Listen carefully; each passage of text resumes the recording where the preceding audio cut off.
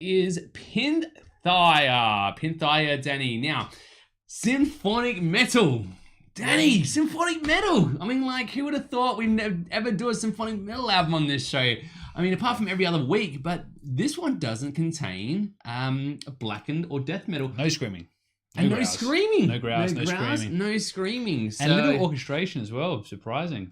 Oh man, this is crazy. So what are we doing? What happened to us? Well, Danny, I'm going to tell you something. I'm going to tell you a little story about the band first. Pythia is a British symphonic band. Danny, we talked about Britain before.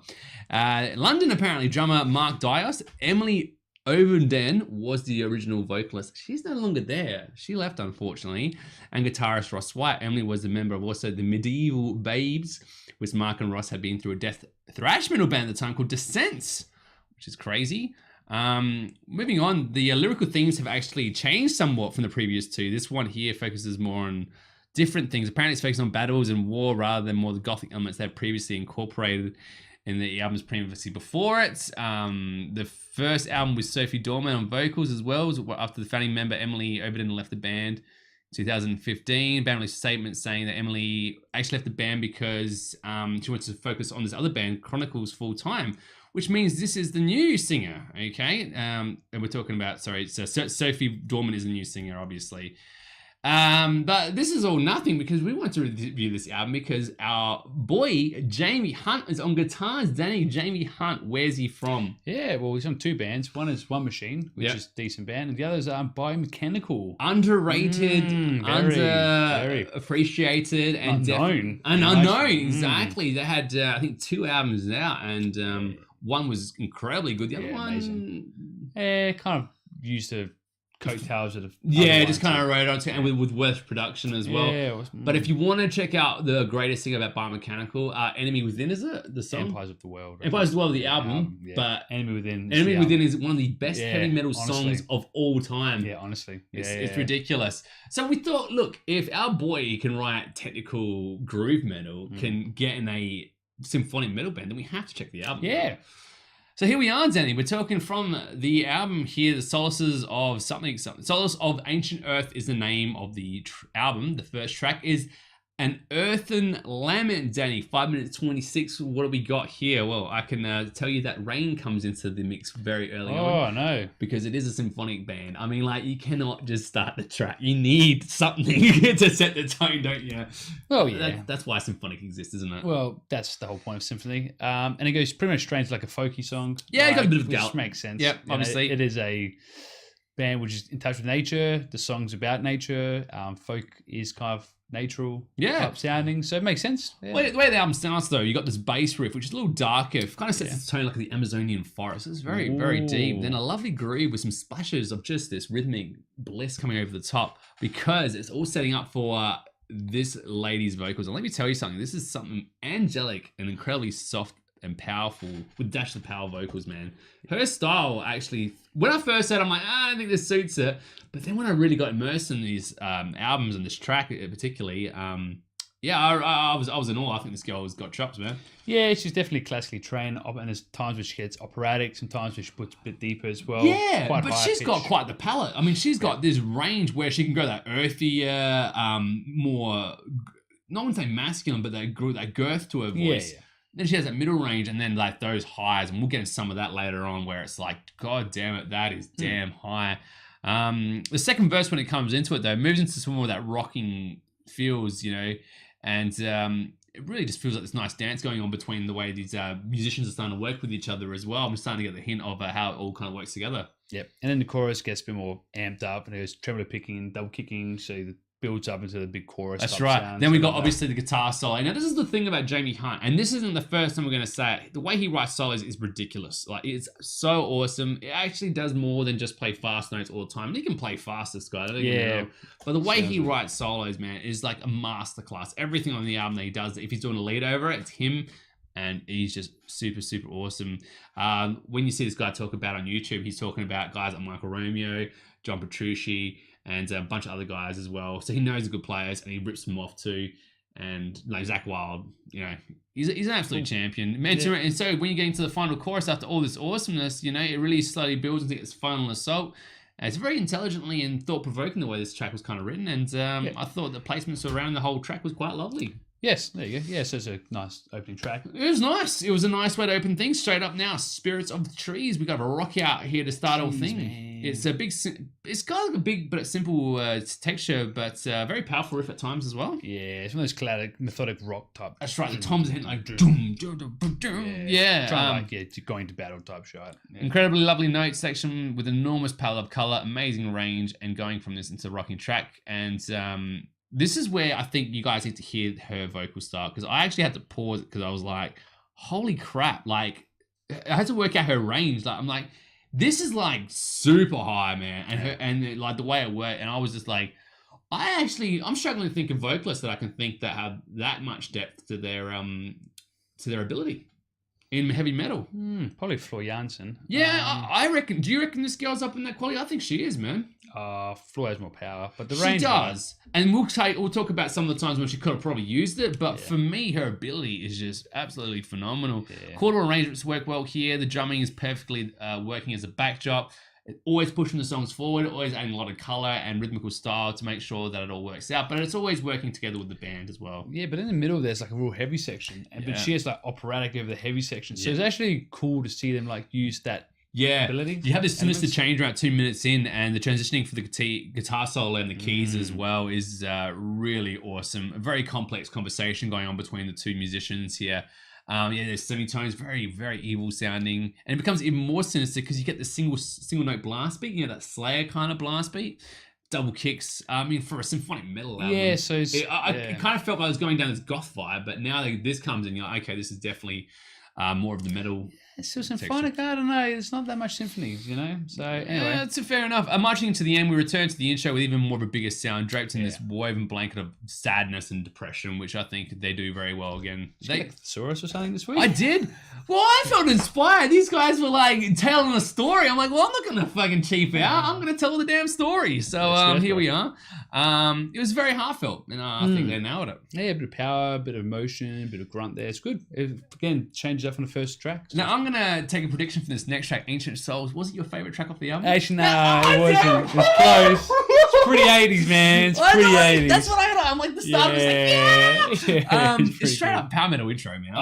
It's like full like 80s Van Halen type, Lion type stuff. It was pretty cool. Seriously catchy riffs, soaring melodies, and the guitar and the keys are taking this on. Those guitarists, man, they're so majestic and so heavy, aren't they? The drums are dancing all around these riffs. Adrenaline's gone forward this track, and the chorus is incredibly powerful and I would say poignant? I don't know what that word. Poignant, thank you. And she's crushing the lines, man. Again, this Sophia chick is just absolutely smashing it. It's cool. Like after that full intro, like 80s guitar, I think they do that whole section when you do the whole hey chant. So it's like classic like things you chuck in there to make it work well. And you're right, and even again the addition of a heavier section as well to break it up a bit to make it, I guess, a consistent vibe throughout the album. So just the amount of technique he used for the whole band is ridiculous. There's a breakdown. I guess it kind of is a breakdown. What's the heavy section? In a symphonic metal song, they were getting cello picking. I'm like, what are these guys doing? These guys are taking some gambles here. I mean, for their market, I'd imagine like, this. It's been classical in the chorus as well. So they do more elements, I guess, again, keeping with the whole feel. So no, it was good. Yeah, I feel like this is the thing about this band. I feel like sometimes it's like enjoying a really great like wine or scotch. No, I'll say scotch because it's like you get that, you sip it, you get that kick, but it doesn't burn. It just like punches you and it makes you feel like alive. Like when you have a really good chili, like a chili sauce or something like that, and it hits you, but it doesn't just burn the sake of burning. It gives you a pleasure and it sends your sensations into overdrive. Cool. It's like this band, you know? Right. Sonic His Soul. Let's go to track 4, Black Wings. This was my favorite song of the album. Yeah, this is cool, man. It's like really massive heavy. breakdown and start off sings is very heavy, very crushing. Yeah, it's cool. Vocal line given a complete free range here, and the band emphasizing the rhythms. Harmonization into the chorus, highest of registers here. I think this is some of the highest things that she sings, I think, from it. Yes. The technique here is incredibly daunting. I think if you're studying this style, this would either make you quit or practice way more in the day. Yeah, hopefully the second. I'd like to see the second, but if you can't, then I understand. Like, this is super, super awesome. I think the vocals here save The song a little bit though, because I will say something, there's a little dependent on the intro riff. There's this dark intro riff, and that comes in too much for my liking. Because I didn't like it. Really? Yeah. And that's the thing. I didn't like this riff, and it comes up a lot in the album. So unfortunately I'll have to I liked it. Yeah. That's why I like the song. Fair enough. Well, there you go. Yeah, okay. Because this isn't my favorite track. Yeah, maybe I only heard it once, so maybe if I hear it again, I might. There is a smooth transition. The riff seems to work well when it comes out at the end of the song, because I think there's this bit of a rocking section. There's a triplet section towards the end of the song. That really drives the song. When they come back to the chorus and that intro riff, it all makes sense again. But but it also breaks up because the chorus, the guitar tone is a bit more happy and lightning. So it has that again sad, evil, menacing intro or verse to like uplifting chorus. So they do try again the whole like duality of their songs. Yeah. No, I'll get behind that. Your Dark Rain, track number 5 at 4 minutes 53. We have an explosive intro from the band. Nice drum beats, being those notes and rides and educated hits and snares. I think snares really emphasizing certain things. The verse is groovy and majestic and powerful. Feels like we're right on track again. I feel like there was a little dip for me in that part in the last track, but this song here, right back into the groove for me. Yeah, I think they even use a xylophone in this. I don't know, unless it's like a synth hit, but it sounds like xylophones or something are used in this song. Yeah, they use this teardrop effect, and then that kind of comes again. Okay. It comes from the keyboardist, whatever. So they're using a certain sound, and I was like, sounds like a xylophone. It could be. Chorus is very much epic. It's much to be immersed in. It's its own world. Second verse, we hear incredible range from the vocals again. Range of emotions are displayed. Never overbearing, but of very much immersive. Sorry. There's a sweep coming from the verse into the chorus. There's a build that's rewarded with a full that tension release, and these grooves are headbanging. Melodies are memorable. I just can keep gushing about this album, so I think I will with the next track in a second. I think. Yeah, I mean this one here, you're right. It's pretty much again difference between the verse and the chorus offsetting. Again, another solos are used and a bit palm muting there as well to like break it up a bit, make it a bit more heavy as well. Yeah, Dawn Will Come is track number 6, and almost Opeth in nature. With the dawn that may come, it does feel again like these guys are telling a really good story. Like there is this kind of unusual, unconventional chordal progression here, which kind of sets up this like like where are we kind of thing. Like it's a very unsure, but by the end of the song, you're just kind of feeling like this person has found their way through it, maybe through a forest. Maybe through even bigger forests. We are in London, so could be, yeah. So yeah, this more because it kind of has a folk tune sense about this track, so it does kind of feel like this adventure that we're going on together. Sure. Yeah, so it starts more emotive guitars, a bit more methodic drumming, and gets a bit more weight and a bit more sadness rather than the other songs a bit heavy and faster. But the song gets more chaotic and stuff as we go along as well. So it's actually a lot of fun. It's like a heavy section before the solo, which again breaking up again the whole sadness and sorrow with a bit of heaviness. So that's right. But yeah, it's good. They're always trying to play it on. I guess the guitarist has the ability to write those cool tough riffs, driven by mechanical and stuff. So using them in here is actually good. It's probably it's a splashy color that works and makes it separates them from being a goth metal band or something. Folk goth death. Hold of Winter. We are moving into a blast beat territory again, and then it's almost like a light death metal song with some of those power metal leads on the top of it.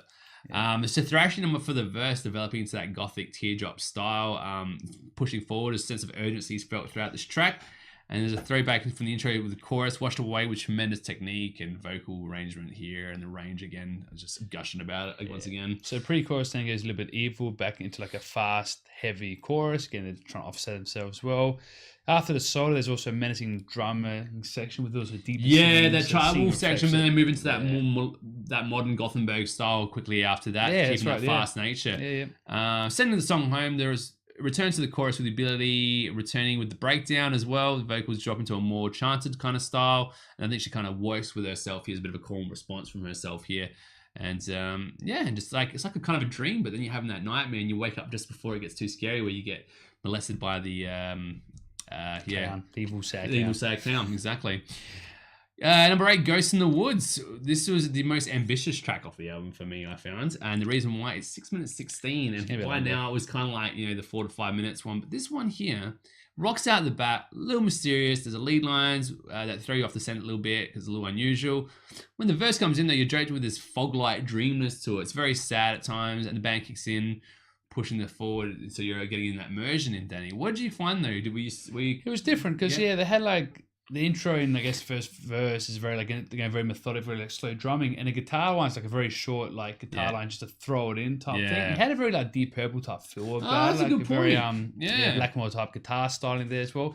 Again, there's probably sort of some storytelling type reason for it, trying to get a bit more emotion into it. How you feel? I just get a little out of it because when it returned to the verse after the chorus, it didn't do much. It was a massive change from that verse to chorus thing. To be honest, for the first 4 minutes, I was kind of a little bit like, oh, this is not really, didn't grab me as much. But then when you get 4 minutes into the song, you're rewarded. So your patience is a virtue here because you get some great vibes, great solo. Backing of the solo is a lot of fun and it's super badass. And the change in the chorus here works really, really well as well. It's a tale of two halves, this track, and I really enjoyed the second half of it. Yeah, there you go. Coming home well, strong. It's a serviceable track, though, nonetheless. I do recommend, if you get bored, just get it out, man. That was hard to get through. Crumble to Dust at 5 minutes 34. The intro, super nice, super emotional. Dang, this band can write super guitars, emotional. man. Yeah, man. Give that 80s. This is the thing. This is whenever you get great players, and this is the draw card from this album. And I should have said this at the end, but I won't.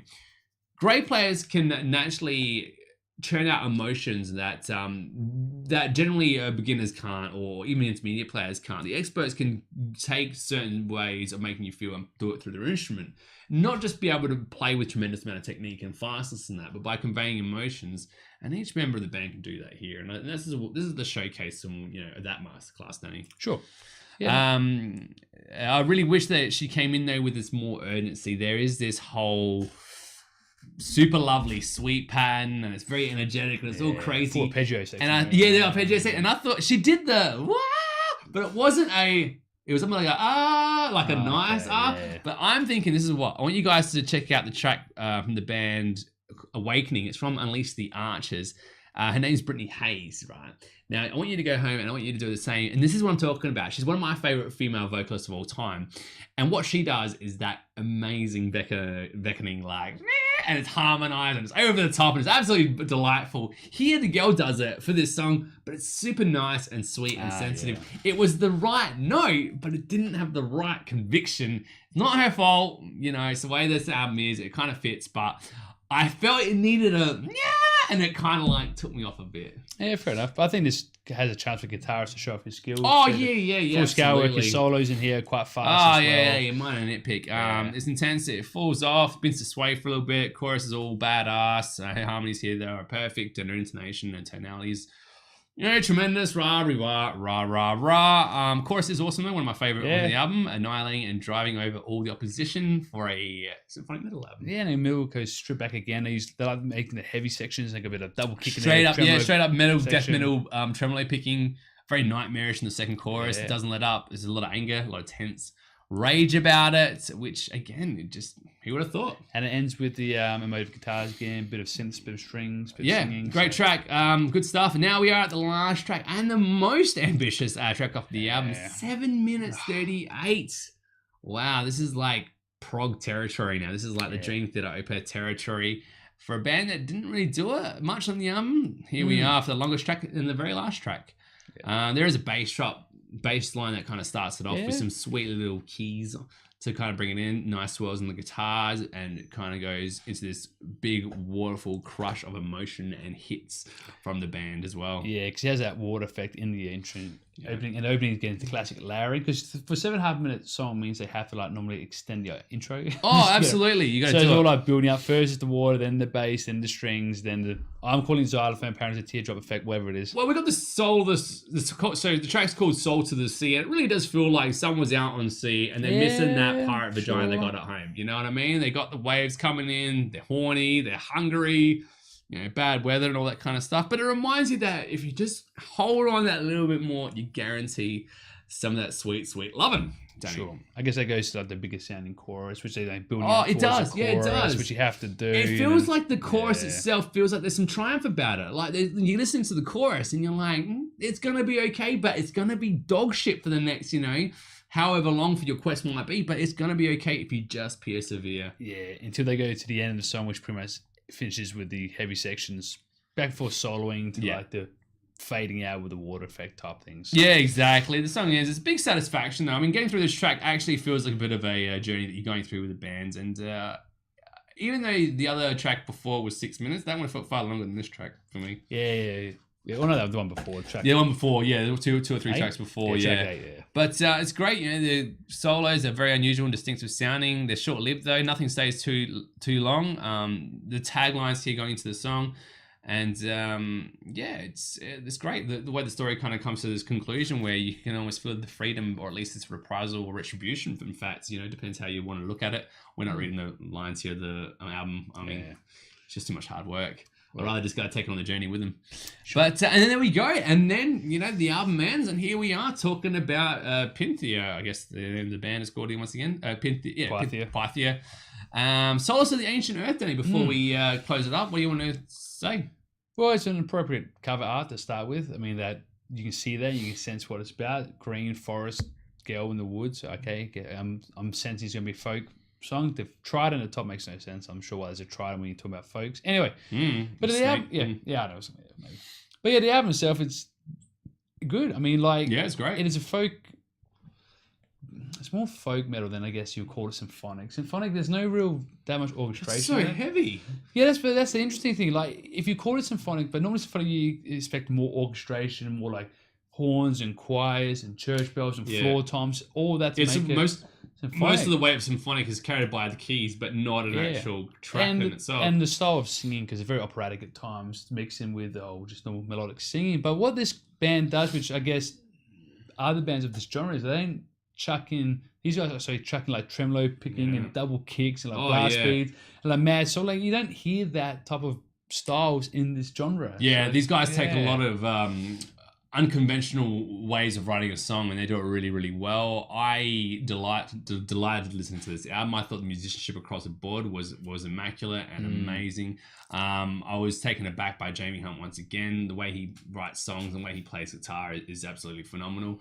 And again, Sophia on vocals, man. This girl is probably one of my favorite singers at the moment. She is just crushing it. I absolutely loved her style and just really respected it as well. You know, I thought the way she approached every song, she really even takes a step forward sometimes and really kind of brings the songs into this next stratosphere with their harmonies and her ability and just her dedication to her craft. I think it shouldn't really go unnoticed because, it was great. I thought this album was fantastic, and it rates very, very high. If you are a power metal fan, symphonic metal fan, folk metal fan, goth metal fan, any one of those metal bands that, you know, from Nightwish to Opeth or whatever, and everything in between, this album is worth checking out, guys. I think it's a fantastic album. Yeah, it was quite surprising. Yeah, especially when you first hear the first song and the chick singing starting straight away, you think it's going to be a very folky album, but it's not really that way at all. But it's a great album. Yeah, it's a very great album. And in the words of Pythia, I want to say Pythia, in the darkness she will stay, far from home lies her fate, such a desperate lament she cries. And there we are, my friends. That is the end of the Super Metal Brothers this week. We're super happy to bring you this show. If you guys want to check us out more, make sure you head over to our Facebook account, facebook.com/Super Metal Bros. That makes us a like. And also a comment to just let us know what kind of album you want us to review or a band. Leave a comment underneath in the YouTube. And also check us out on Spotify if you want to hear some of our past podcasts, though we are going to go more to our YouTube. We're kind of digging this format. And probably we're here to stay with that. Yeah, it sounds good. I like it. All right, guys. And with that, I am Super Metal Brother Matt. And I'm Super Metal Dave. Make sure you check us out for our Super Metal birthday weekend next week. And until then, we'll catch you around.